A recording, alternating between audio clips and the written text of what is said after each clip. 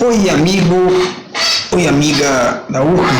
Estamos aqui dando sequência ao nosso conjunto de exposições teóricas relacionadas à apresentação das aulas da disciplina de Direito Administrativo Constitucional, módulo integrante do curso de Direito Constitucional, da Universidade Regional do Cariri, a cargo do Departamento de Direito da instituição.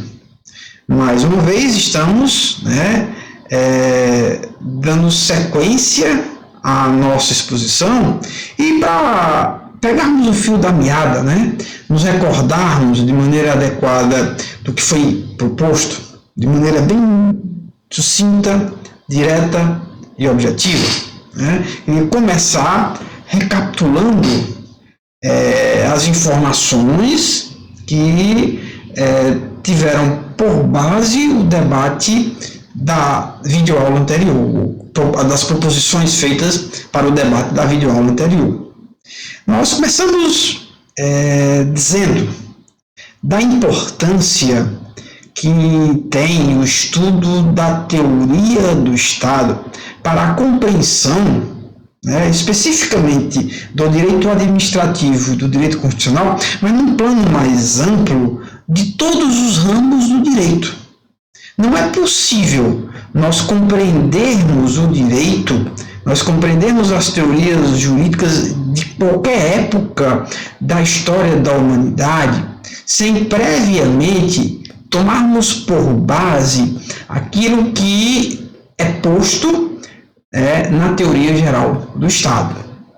Mas a nossa proposição, na verdade, é no sentido de irmos ainda mais longe do que o estado da arte atual, do que aqueles conhecimentos, aquelas perspectivas que já foram estudadas, abordadas de maneira adequada, não tenho dúvida por vocês, no momento da graduação. Lá no estudo da graduação, é apresentado ao estudante como os elementos essenciais relativos à teoria do Estado, a ideia do contrato social.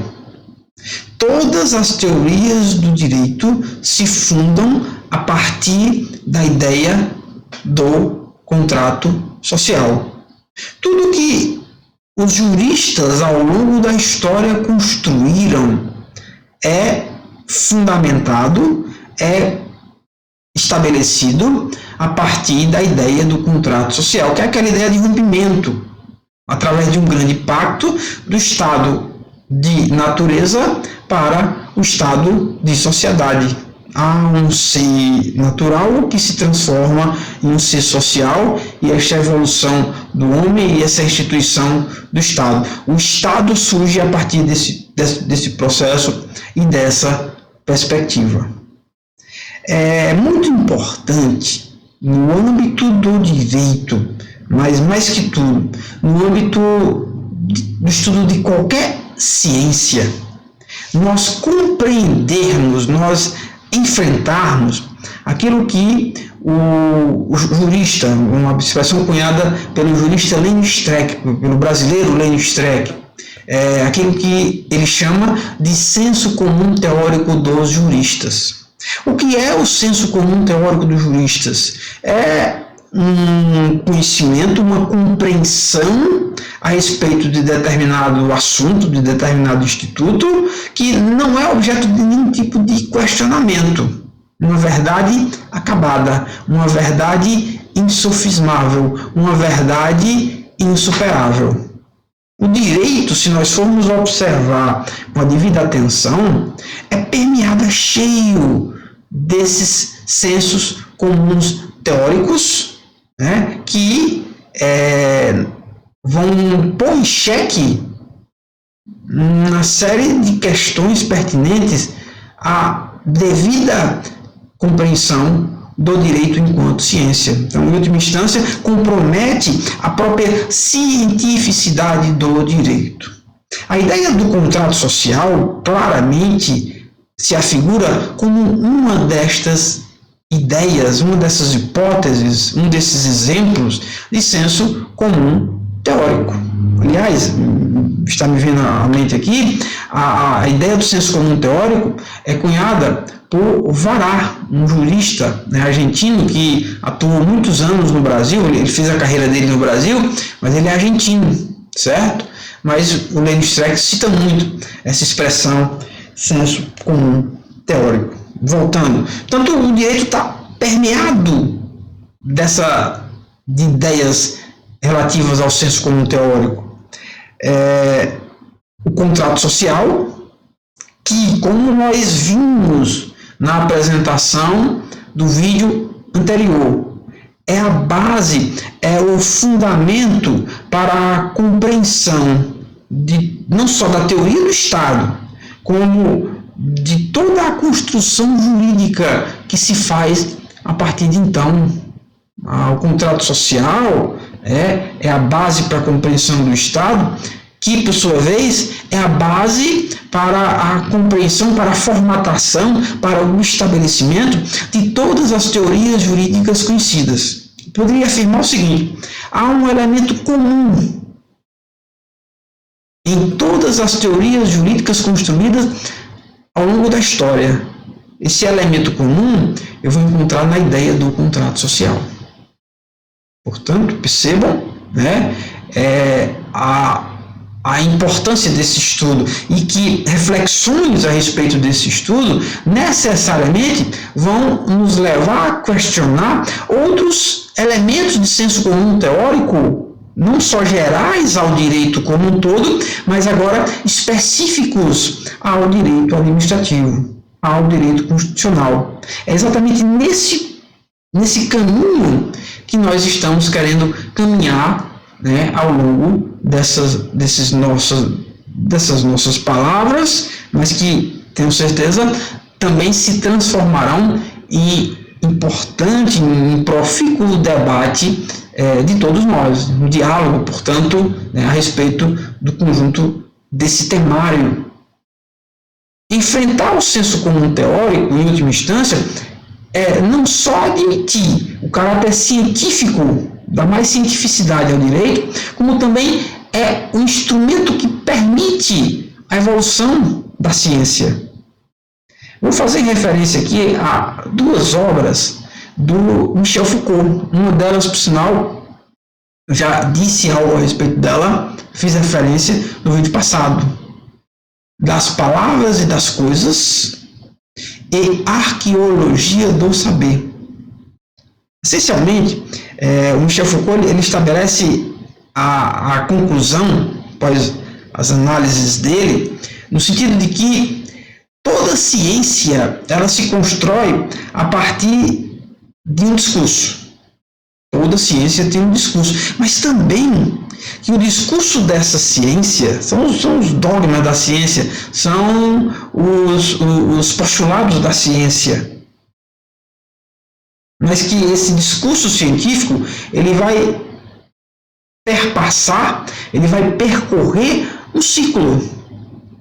Há um ciclo de construção, aperfeiçoamento, fortalecimento e declínio desse discurso.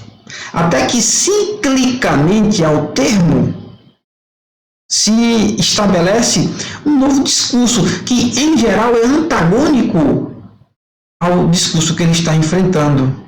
Então, a partir desse instante, aquela ciência vai vivenciar um novo ciclo que também, né, vai construir um novo discurso, fortalecer esse novo discurso e, naturalmente, outra vez percorrer todo o caminho relativo a esse ciclo. A evolução da ciência acontece através desses ciclos de amadurecimento, desses novos ciclos de discussão, de discurso.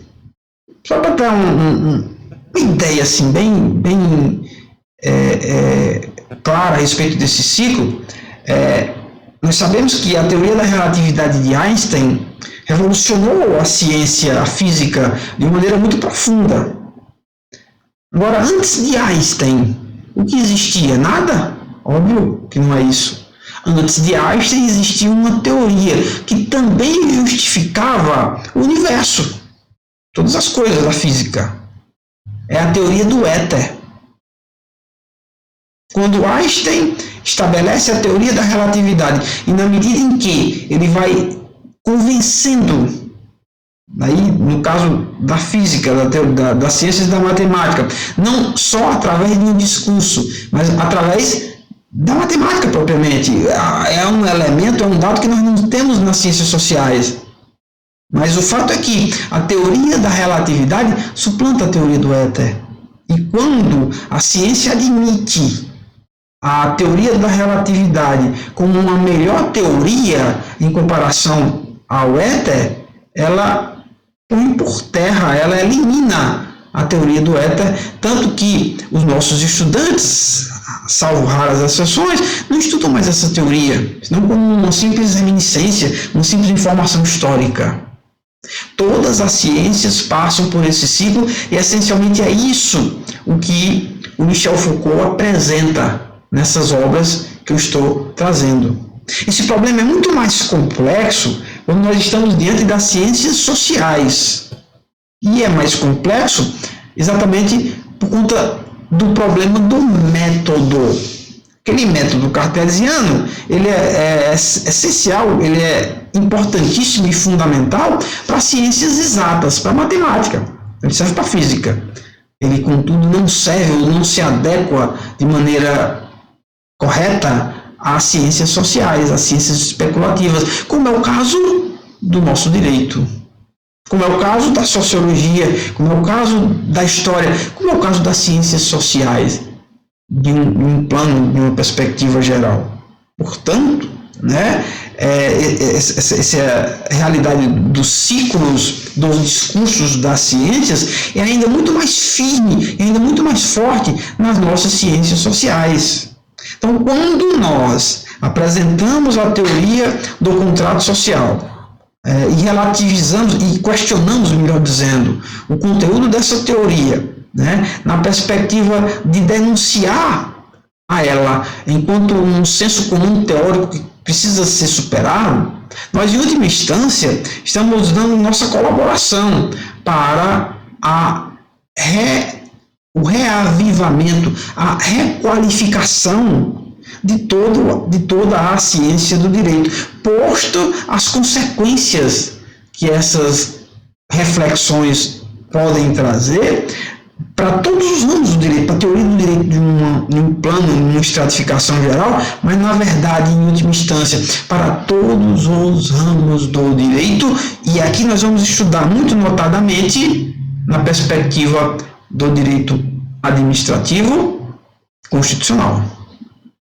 Quais são os elementos através dos quais nós podemos nos valer para sermos capazes de construir ou reconstruir a teoria do Estado, suplantando assim a velha ideia relacionada ao senso comum teórico, suplantando esse senso comum teórico? Obviamente, nós não podemos ficar na crítica vazia, na crítica por si só. Necessariamente, nós precisamos construir algo de novo. Quais são os elementos de que nós dispomos, a ciência dispõe, para nos auxiliar na construção desse novo discurso do direito, desse novo discurso da gênese do direito, da gênese do Estado, das teorias jurídicas, do direito administrativo constitucional e, consequentemente, quais as influências que isso irá nos trazer, a que isso irá nos legar, no sentido da resposta àquelas perguntas primitivas que nós trouxemos. A quem e a que serve o direito administrativo, o direito constitucional? No primeiro momento, a partir das respostas que nós já construímos, desde os elementos que foram postos e debatidos no vídeo anterior, uma primeira resposta é: o direito é um discurso de justificação do poder. Para que serve o direito? Para manter o status do poder, para manter ou para justificar o poder na forma com que ele está colocado. Para que serve o discurso de Hobbes no Leviatã? Para justificar o poder do rei. Nós vamos ver mais adiante ainda hoje. Para que serve o discurso de Locke? Para justificar o poder dos nobres. Para que serve o discurso de Rousseau, em última instância? Para justificar, ele vai falar muito de povo, mas em última instância é para justificar o poder da burguesia. Cada qual no seu lugar, mas os discursos relacionados ao contrato social, em última instância, eles conduzem a uma justificação de poder. É possível construir algo de novo? A mim parece necessariamente que sim. Mas para chegarmos a esse objetivo, e é para isso que nós estamos tratando de todos esses assuntos, é fundamental que nós tenhamos uma nova perspectiva relacionada à teoria do Estado. Quem pode nos emprestar os elementos que são indispensáveis a essa construção? Aqui nós vamos nos valer especificamente de uma obra, uma obra que, por sinal, já fizemos referência no vídeo anterior, a uma citação do Pierre Bourdieu, que é retirada exatamente dessa obra, mas aqui eu quero me aprofundar, na verdade, na abordagem dessa obra. Bom, Pierre Bourdieu, recordando, é um sociólogo, e este livro sobre o Estado é uma compilação de aulas que ele ministrou no Collège de France. Eu acho que eu falei École de France, mas é Collège de France. E ao longo de 3 anos. Portanto, percebam, antes de outra coisa, que ele estudou a fundo a gênese do Estado. Como é que o Pierre Bourdieu forma a compreensão a respeito do Estado? O que é o Estado para Pierre Bourdieu? Ele vai formatar, ele vai construir esta gênese, essa compreensão do Estado, essencialmente a partir de 3 obras distintas. Ele faz análise, ele faz a leitura e análise de 3 pensadores, sociólogos, e condensa a sua compreensão, própria compreensão do Estado, a partir dessas ideias. Então, para podermos apresentar a ideia ou a construção teórica que o Pierre Bourdieu faz sobre e a respeito de teoria do Estado, nós vamos, na verdade, apresentar a suma, a essência do pensamento dessas três obras. Na verdade, são 4 autores, mas dessas 3 obras, da formatação desses 3 pensamentos distintos. Obviamente, esses pensamentos, eles não são antagônicos. Na verdade, eles são complementares. Então, é o conjunto desses pensadores, ou desse pensamento, ou dessas ideias, ou dessa visão, que vai formatar uma compreensão a respeito de o que é o Estado. Na mesma toada, no mesmo sentido, é importante também nós dizermos que estes autores, ou estas compreensões, absolutamente não invalidam outras visões de Estado. Nós podemos necessariamente, naturalmente, agregarmos a essa construção teórica outros elementos trazidos por diferentes pensadores. Mas aqui, nesse instante da nossa fala, minha proposição é no sentido de sermos fiéis às ideias trazidas pelo Pierre Bourdieu. Então, quem são os autores Quem são os pensadores dos quais ou a partir dos quais Pierre Bourdieu constrói sua visão de Estado? Qual o cerne das ideias desses pensadores? O que eles agregam a respeito da compreensão do Estado? Bom, o primeiro deles é um autor clássico que necessariamente precisa ser lido. Todos os grandes pensadores do século 20 e 21, especialmente todos os grandes pensadores do século 20, têm uma ideia, tem um fundamento muito grande, constrói suas ideias desde um fundamento muito grande na obra do Norbert Elias. Norbert Elias é um alemão, ele viveu alemão-judeu, então vejam que ele foi natural e obviamente perseguido na época do nazismo, tanto que a obra dele só vai ganhar mais fôlego, mais reconhecimento depois da guerra, e ele escreve uma obra chamada O Processo Civilizador. Basicamente, o que faz o Norbert Elias? Para mim faz uma coisa genial, simples e por isso mesmo profundamente genial. O Norbert Elias, ele parte, ele busca estudar como é que foi o processo de concentração do poder nas mãos do rei. Só recordando algo que nós já falamos na aula anterior. Até falando aí do vaso de Sion, da lenda do vaso de Sion, no vídeo anterior tem algo sobre isso.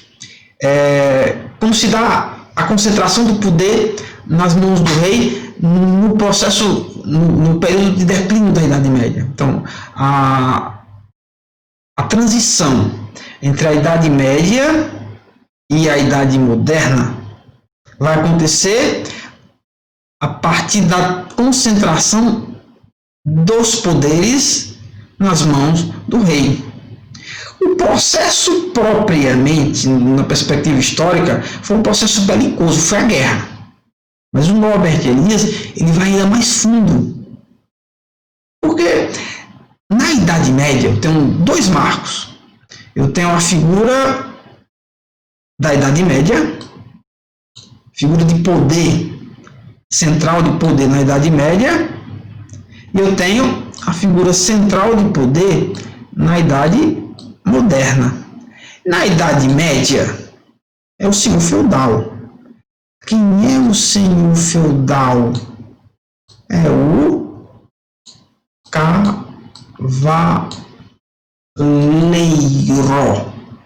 Aquele, miticamente falando, aquele homem de muito poder, que tudo podia, tinha o poder de vida e morte no seu território, mas contudo restrito ao seu território, e era uma figura isolada, uma figura rude, uma figura sem educação, um homem valente, um homem de armas. O poder bélico na Idade Média estava concentrado na figura do senhor feudal, que era o cavaleiro. Eu tenho outro extremo dessa história. O poder agora está concentrado nas mãos do rei. Já houve toda a transição. E o rei agora tem o poder absoluto. Só que o rei, quando ele adquire o poder absoluto, ele não elimina os antigos senhores feudais, ele não os destrói. Ele os muta, ele os muda. Ele faz com que essas figuras passassem a conviver numa corte. Passassem a conviver uns com os outros. Os antigos senhores feudais são os nobres das cortes. É a mesma figura, mudada, modificada. Mas enquanto eu tinha aquele ser rude da Idade Média, agora eu tenho um outro estereótipo de pessoa. Tenho a pessoa que sabe se comportar à mesa, a pessoa que tem bons modos. Eu tenho, para usar a palavra inglesa, um gentleman. Eu tenho, para usar a palavra em português, um cavalheiro. Eu transformo cavaleiro em cavalheiro. Houve, perceba, não houve a eliminação de uma casta, houve a mudança dela. Não houve uma luta de classe no sentido próprio entre o rei, a nobreza e o senhor feudal. Houve a mutação. Mas essa mutação exige agora, nesse segundo momento, uma série de posturas distintas que nós podemos compreender simbolicamente muito bem no sentido dos modos dos cavalheiros, da corte, da nobreza. Há toda uma etiqueta social na Idade Moderna que vai distinguir os nobres dos não nobres, da plebe. Os modos acabam virando as boas maneiras, a etiqueta social acaba virando uma tecnologia que distinguirá a nobreza das outras classes sociais.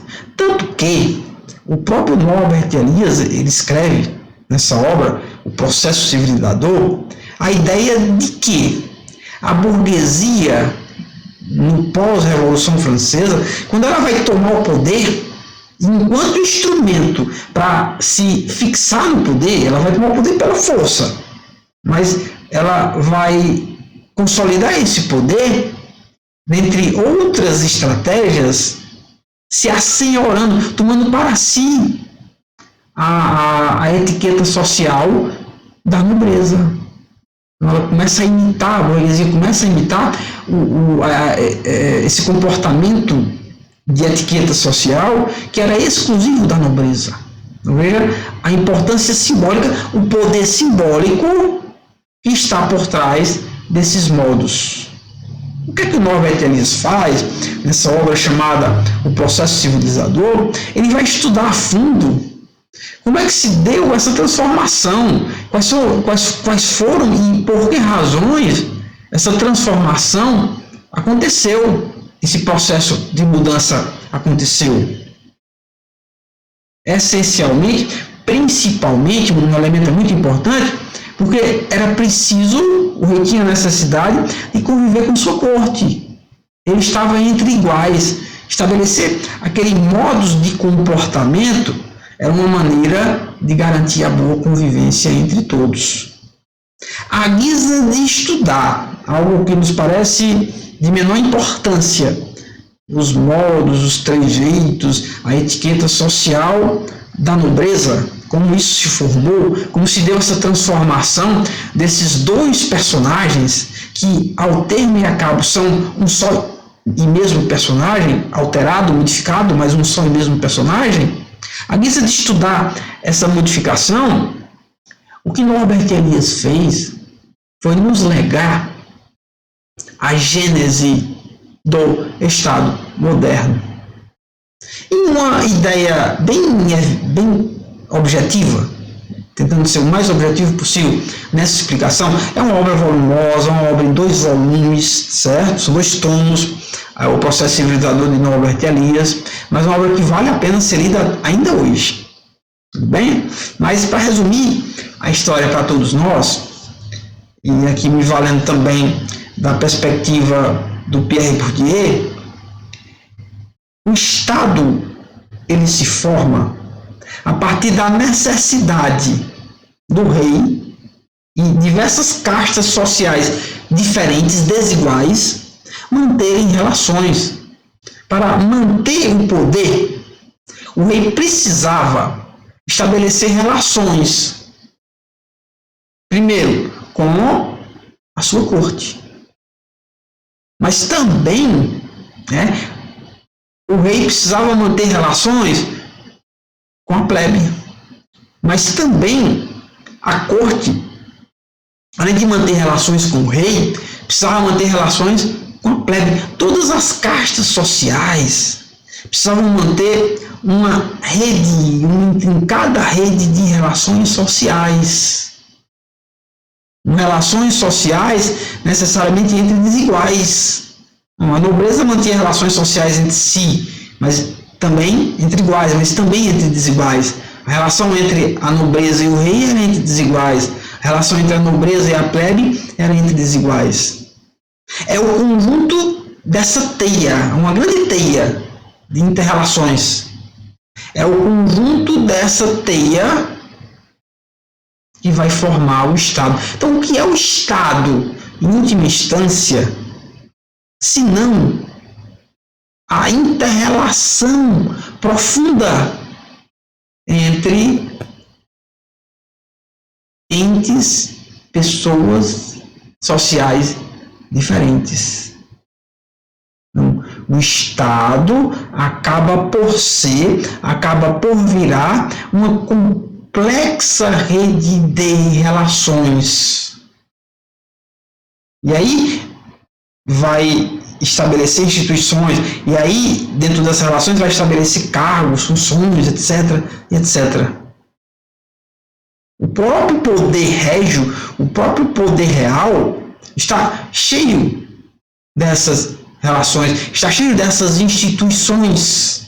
E aí, não é o caso aqui de eu entrar nesses detalhes, mas o Pierre Bourdieu ele descreve na obra que eu estou fazendo referência, em certos detalhes, né, muito interessantes, esse nível de relações, esse nível de instituições, o número de instituições, de pessoas que estavam se relacionando com o rei, né, nas suas respectivas ações. Para fazer uma referência aqui, fazer uma conexão entre esse assunto que eu estou colocando e a literatura, né, a história do direito e literatura, vale observar, vale trazer ao nosso discurso uma obra do Victor Hugo. Uma obra do Victor Hugo chamada, não é a obra mais conhecida dele, mas virou até filme, O Homem que Ri. Todos conhecem o Corcunda de Notre Dame, Os Miseráveis, né? Mas é outra obra fantástica, muito boa, do Victor Hugo. Nessa obra, ele essencialmente vai descrever a nobreza inglesa e vai estabelecer o poder simbólico dentro da ficção dele, mas ele fala muito, e ele traz aquilo ali no plano, é uma ficção, mas ele traz elementos que realmente existiam naquela época. O poder simbólico por trás dos cargos que os nobres exerciam junto ao rei. Havia o roupeiro do rei, por exemplo. Havia o pajem do rei, por exemplo. Todos eram nobres. E valia a importância do cargo que ele exercia, o estar próximo ao rei. Não necessariamente, é interessante esse detalhe, o exercente daquele cargo efetivamente cumpria a função a qual ele tinha sido nomeado. Era mais um cargo de honor, de importância, para dizer que o rei o prestigiava. Então, é nessa perspectiva que se estabelece essas relações entre as diversas castas sociais, e é do conjunto dessas relações que nasce o Estado. Então, resumidamente, é isso que diz, são essas as ideias que são trabalhadas na obra do Norbert Elias. Então, Elias, já lendo aqui o que está no texto, tem a ideia de que à medida que o poder se concentra nesse processo de transformação do cavaleiro em cavaleiro, certo? A etimologia das palavras, olha, não é à toa. Em ter de haver um sujeito central no poder, a guerra, né? Há uma rede de interdependência dos poderosos detentores de princípios de potência diferente. a interdependência, eu exemplifiquei, entre a nobreza, o rei e os nobres, mas também, né, entre as autoridades religiosas e a nobreza e o rei, a burocracia, né, que era necessária para atender às necessidades dessa instituição nascente, o Estado, os juristas que estabeleciam os discursos de justificação do poder e de ordem econômica, como gerir a economia nesse novo paradigma de mundo que estava nascendo, o iluminismo, a modernidade chegando, né, a ciência nascente, enfim, né, todo aquele riquíssimo ambiente, que a humanidade se deparou, com a qual a humanidade se deparou nesse momento histórico específico. Então, resumindo, para Norbert Elias, o Estado é isso. A instituição que nós chamamos de Estado é, em última instância, uma relação, uma teia de relação entre pessoas diferentes, entre pessoas desiguais, com níveis de poder diferentes. O Estado é quem equilibra esse conjunto de relações, este conjunto de interações. Uma segunda ideia que é apresentada por Pierre Bourdieu é a obra desse inglês aqui, Tully. Ele basicamente vai suplantar, ele vai tentar superar uma ideia que é senso comum teórico até hoje entre nós. Sempre que nós fazemos um estudo relacionado à teoria do Estado, nós, por regra, tomamos por base o que é construído, a gênese, a formatação, a formação do Estado inglês e francês. E aí nós generalizamos. Então há um erro de método dos teóricos, dos sociólogos, mesmo juristas, quando eles generalizam toda a formatação, todo o surgimento dos estados se dá da mesma forma que o Estado inglês e francês, o que não é uma verdade. Essa inter-relação, né, social entre sujeitos diferentes, portanto, né, em última instância, entre forças sociais distintas, se dá desde potências diferentes também. Se estabelece desde de equilíbrios distintos. Então, todo esse conjunto de relações sociais tem por pano de fundo poderes bélico e econômico. É a equação entre esses dois poderes sociais que vai formar o respectivo modelo de Estado. O erro está em compreender, em presumir que esse equilíbrio é formado, é estabelecido da mesma forma em todos os tipos de Estado. O que Tully faz é compreender, é especificar, estudar e concluir que há potências, potestas, poderes distintos, equilíbrios diferentes em diferentes modelos de Estado. Então ele consegue identificar, e aí, amigos, nós ainda podemos ir mais longe e compreender outras equações de poder. Por exemplo, a estrutura do poder na China não cabe dentro desse modelo aqui apresentado. A história da China ela é bem diferente disso aí. Mas assim, ele vai estabelecer pelo menos 3 modelos de Estado distintos, que vão, por isso, necessitar de 3 métodos, formas de estudo diferentes.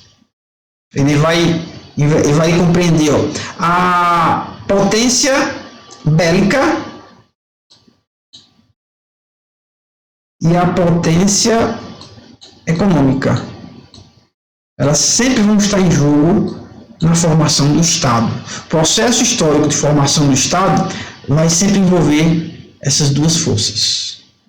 Haverá modelos em que a potência bélica será superior à econômica, terá supremacia sobre a econômica. Haverá modelos em que a potência econômica terá supremacia sobre a potência bélica. E haverá modelos em que essas duas forças conseguem se equilibrar.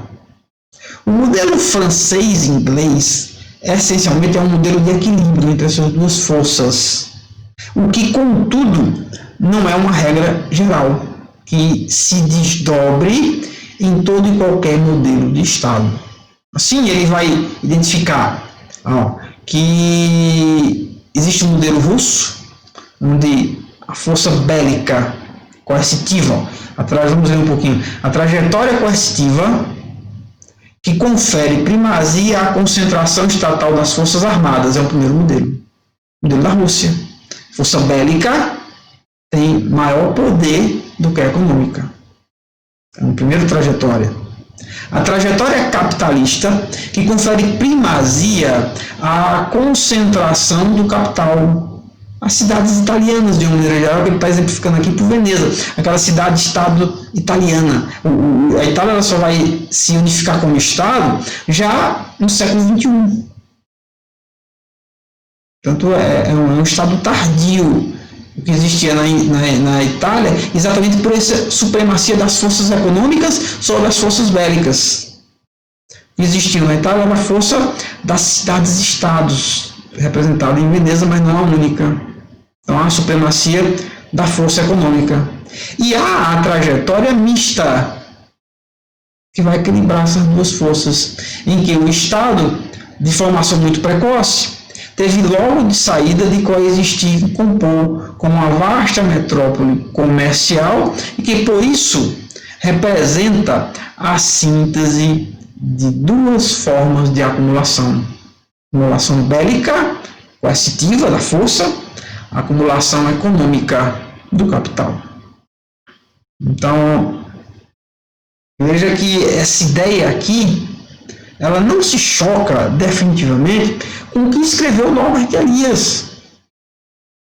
O processo de inter-relação em todas essas trajetórias admitidas aqui por esse sociólogo, compreendidas, estudadas, melhor dizendo aqui por esse sociólogo, pressupõe ainda o Estado como uma inter-relação profunda, uma cadeia profunda de coexistência de relações entre sujeitos desiguais. Mas aí ele está enaltecendo, há uma potência nessas relações que se sobrepõe. Ou é coercitiva, a potência bélica, ou é econômica, a potência capitalista.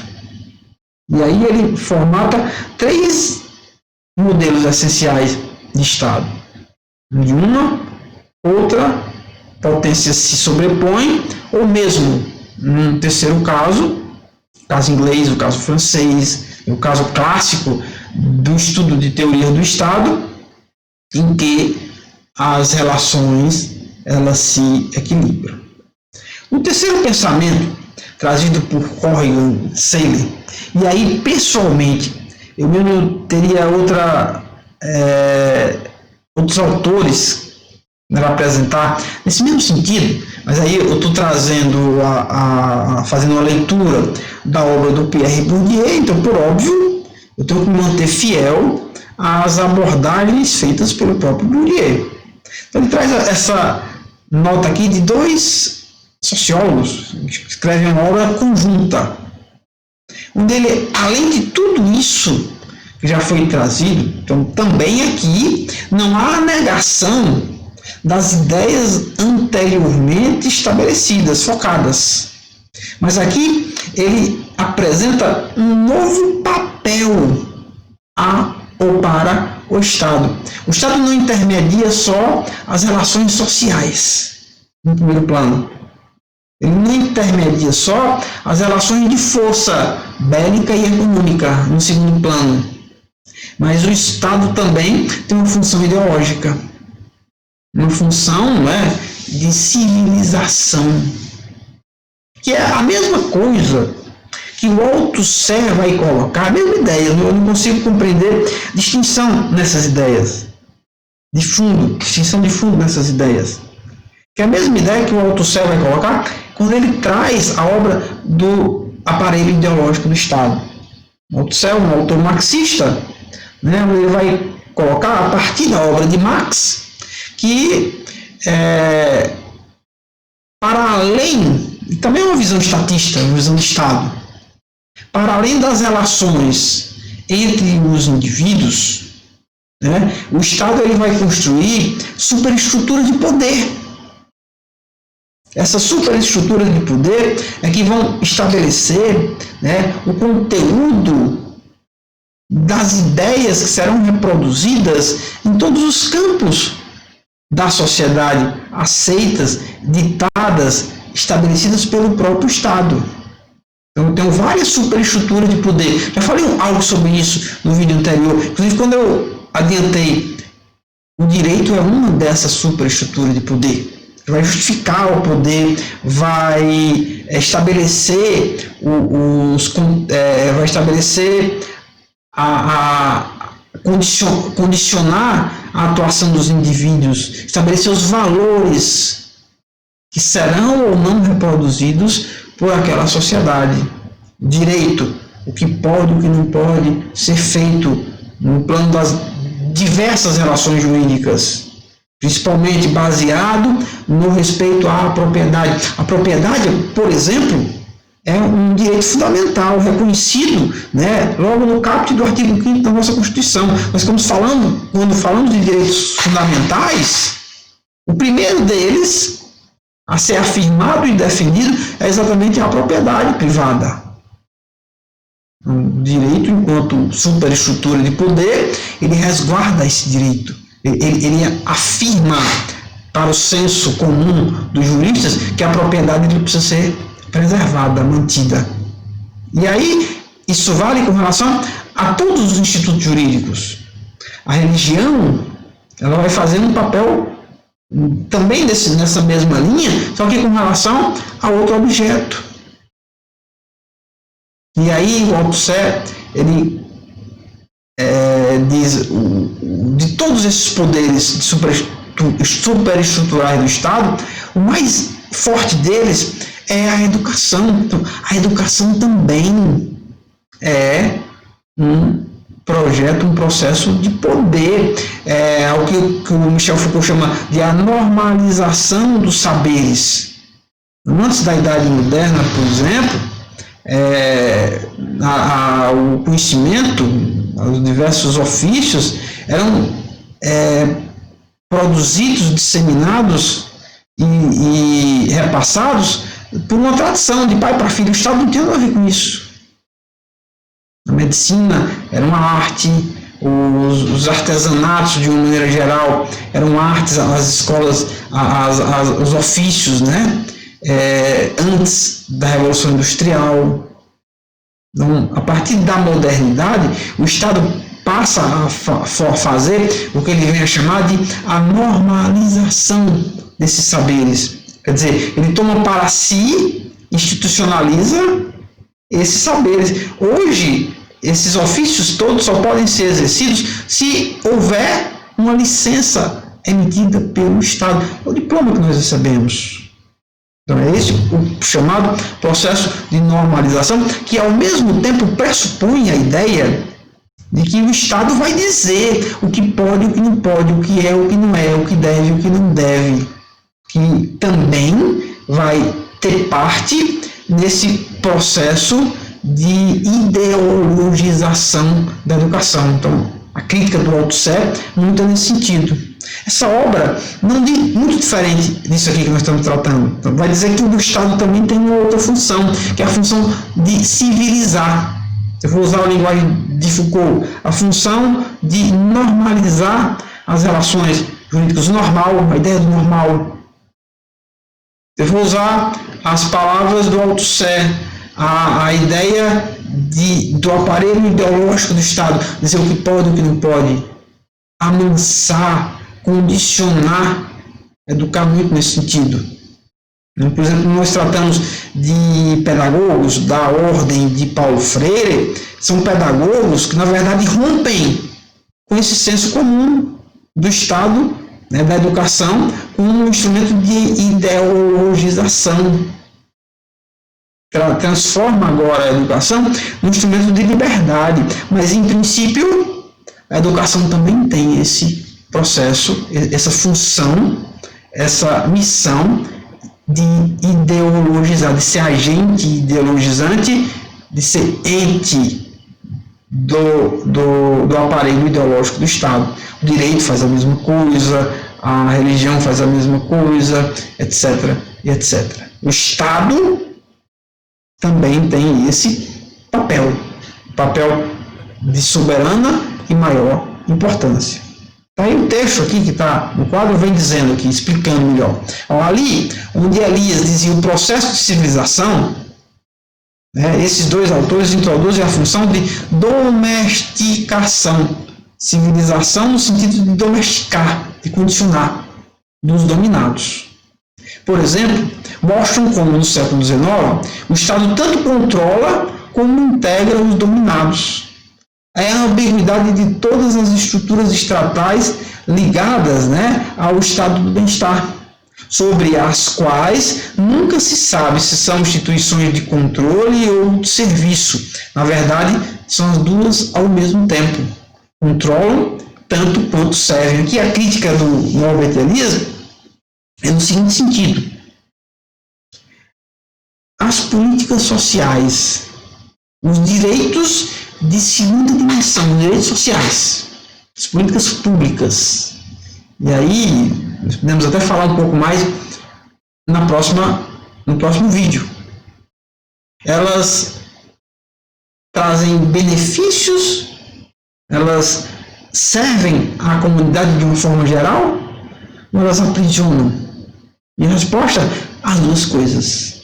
Elas tanto são importantes, porque elas constroem benefícios, prestam, assim, no sentido técnico, serviços, mas esses serviços também condicionam e controlam, são instrumentos de controle das pessoas.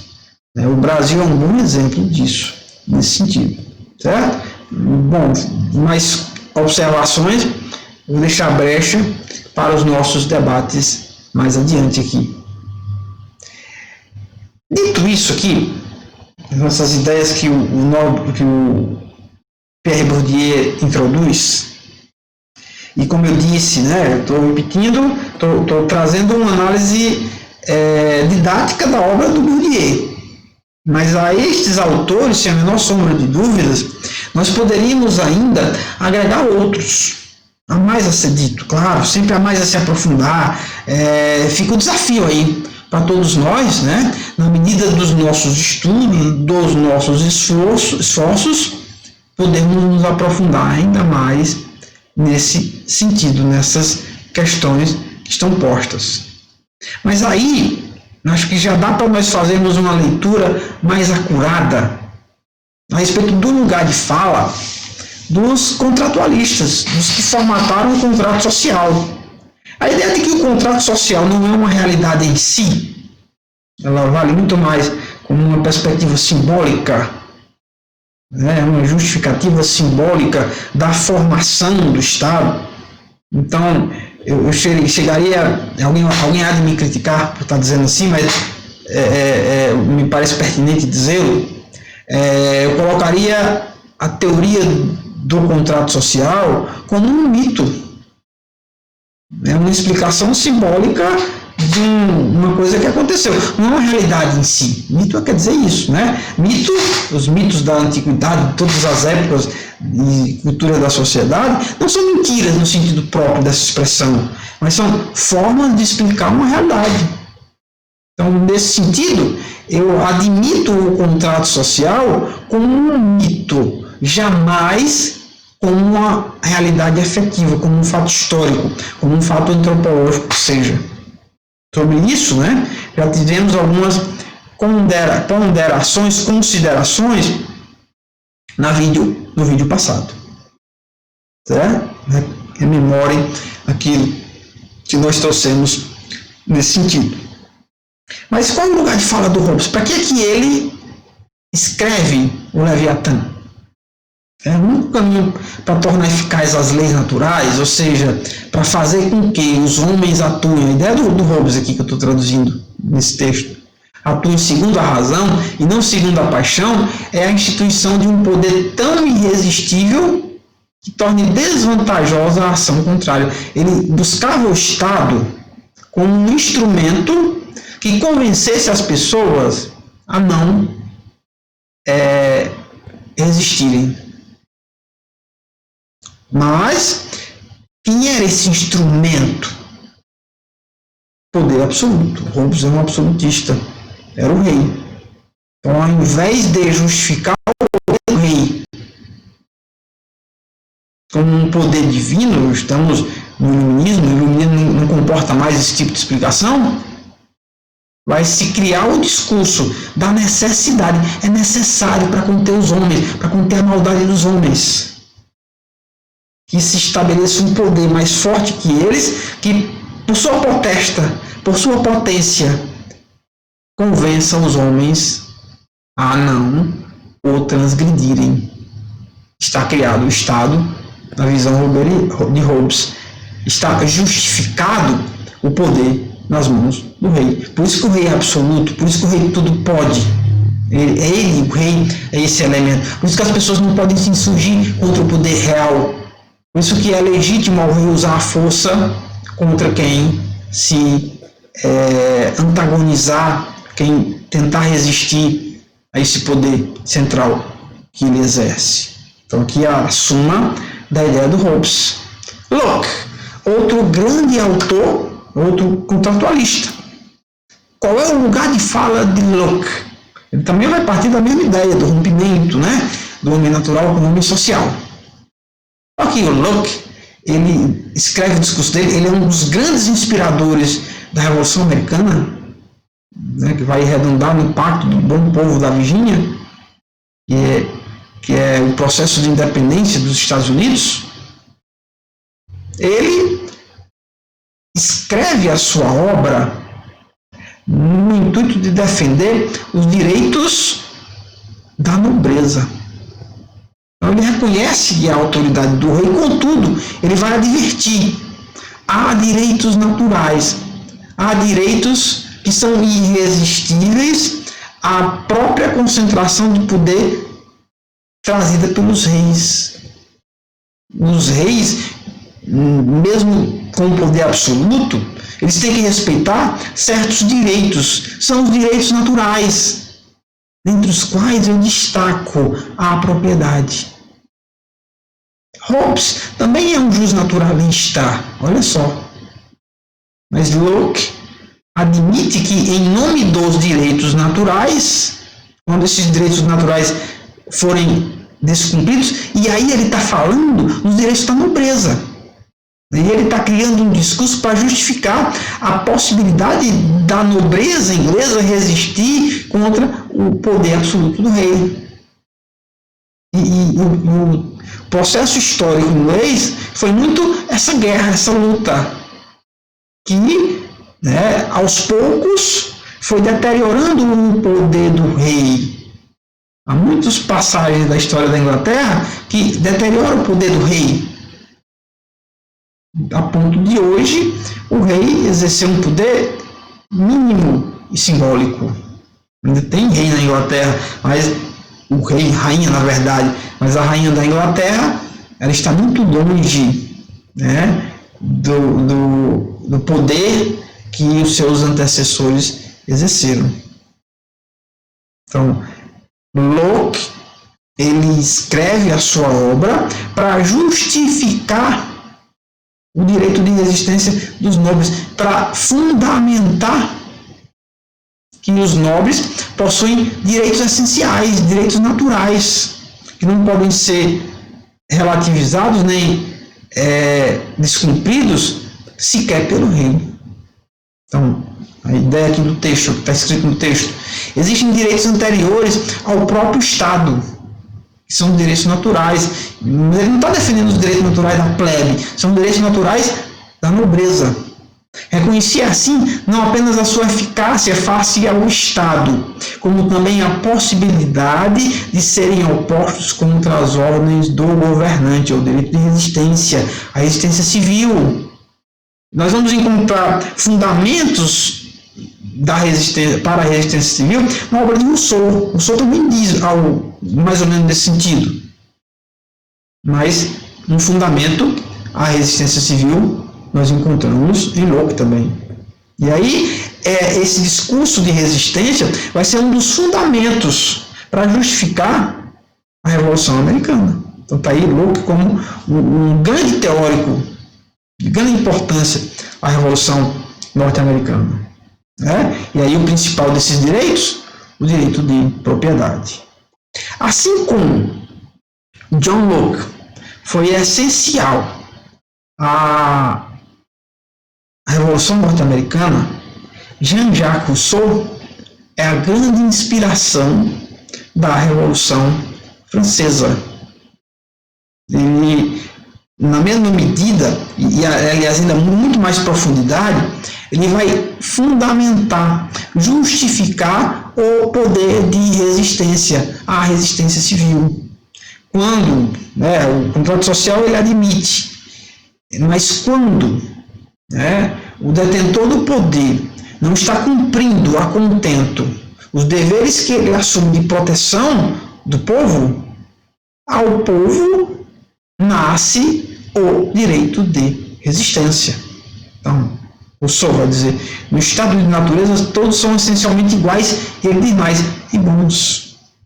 Tendo a desigualdade surgido a partir da divisão de trabalho, especialmente aí ele vai fazer uma crítica severa à propriedade.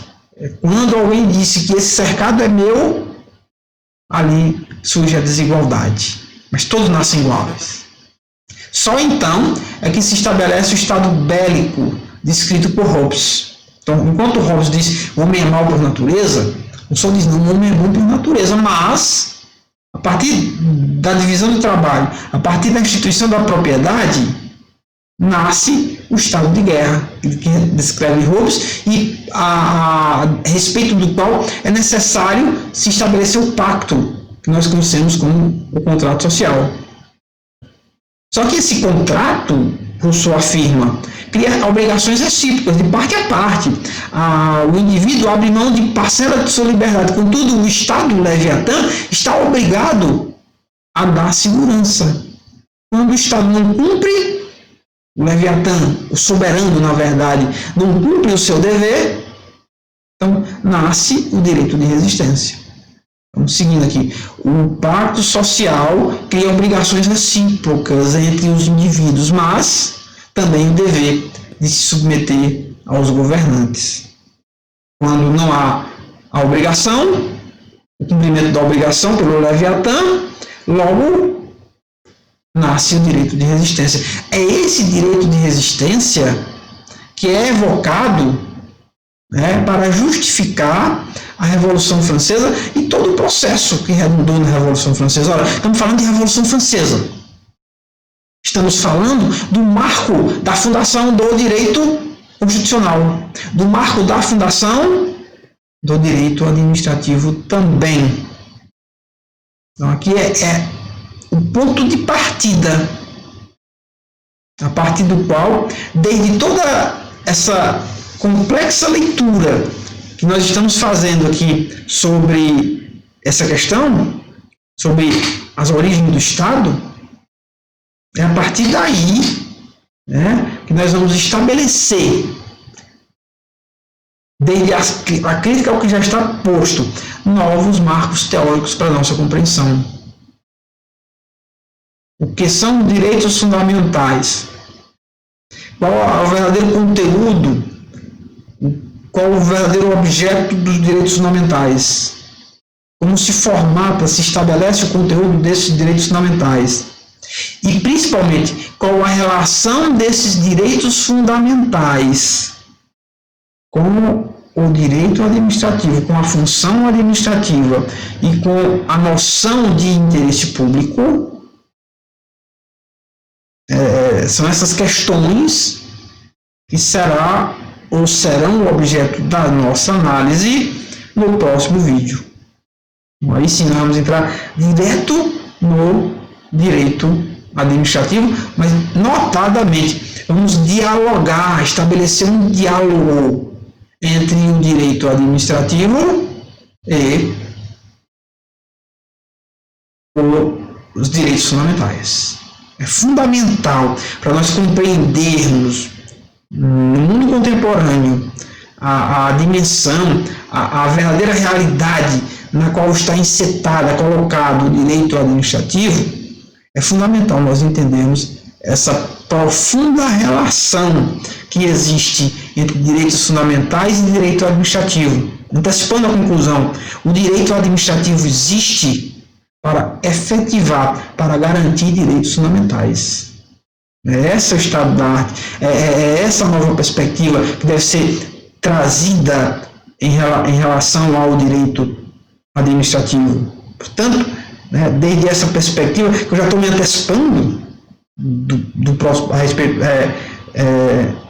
sobre o assunto do próximo vídeo, sobre essa nova perspectiva, nós podemos construir uma resposta diferente à pergunta central, elementar, que foi colocada desde o início da nossa conversa. A quem serve o direito administrativo? Agora, se eu traduzir nessa nova dimensão, eu vou ter que construir uma resposta distinta. Tudo, tudo isso é assunto para o nosso próximo vídeo, e até lá nós nos despedimos. Um grande abraço e nos vemos no próximo vídeo. Valeu!